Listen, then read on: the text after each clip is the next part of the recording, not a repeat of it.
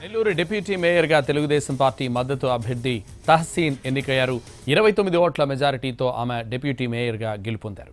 తహసీన్కు 41 ఓట్లు, వైసీపీ అభ్యర్థి కరీముల్లాకు 12 ఓట్లు వచ్చాయి. దీంతో ఎన్నికల అధికారులు తహసీన్ గెలిచినట్లుగా ప్రకటించారు.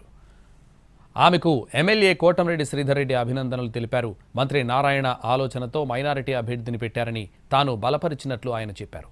తహసీన్ ఎన్నికకు సహకరించిన కార్పొరేటర్లకు ధన్యవాదాలు తెలిపారు.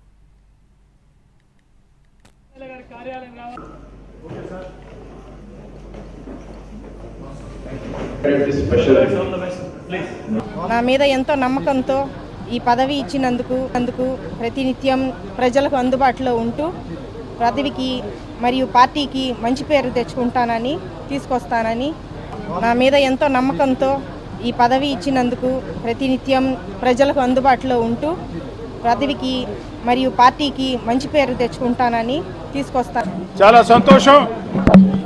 ఈరోజు నెల్లూరు నగర కార్పొరేషన్ డిప్యూటీ మేయర్గా తహసీన్ భారీ మెజార్టీతో తెలుగుదేశం పార్టీ మద్దతుతో డిప్యూటీ మేయర్గా ఎన్నిక కావడం జరిగింది.